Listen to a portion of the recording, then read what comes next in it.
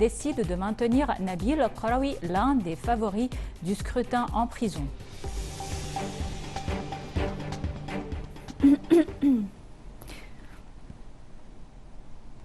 La 8e édition du Forum national de la jeunesse se tient demain au Palais des Congrès d'Al-Manara au Nouveau-Caire.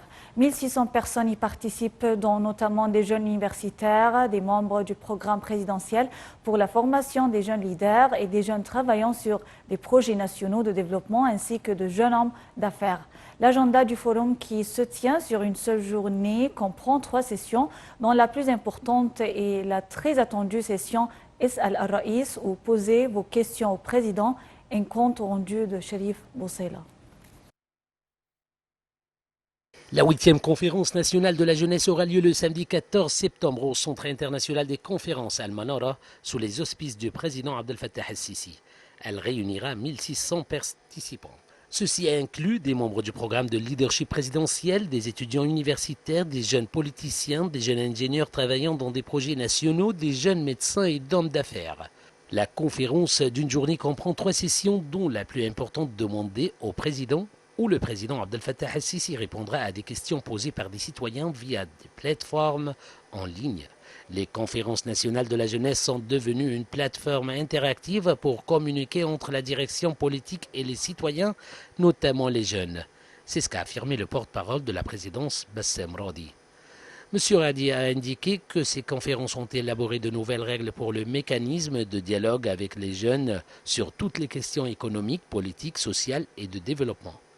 La 7e édition de la conférence nationale de la jeunesse rassemblant 1500 participants s'est déroulée dans la nouvelle capitale administrative les 30 et 31 juillet.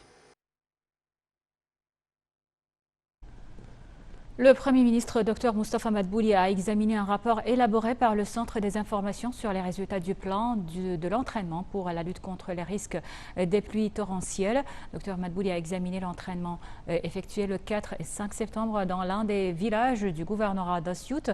Cet entraînement s'inscrit dans le cadre de la décision du Premier ministre de former le Comité national pour la gestion des crises et des désastres et pour réduire les risques. La mission de ce comité est d'agir immédiatement et efficacement face aux crises et aux désastres.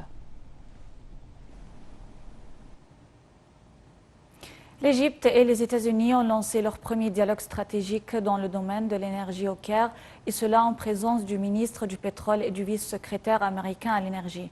Dans son allocution, le ministre du Pétrole a souligné que les relations égypto-américaines étaient historiques. Il a affirmé que le dialogue stratégique visait à renforcer la coopération entre les deux pays dans le secteur de l'énergie et à accroître le volume des investissements étrangers.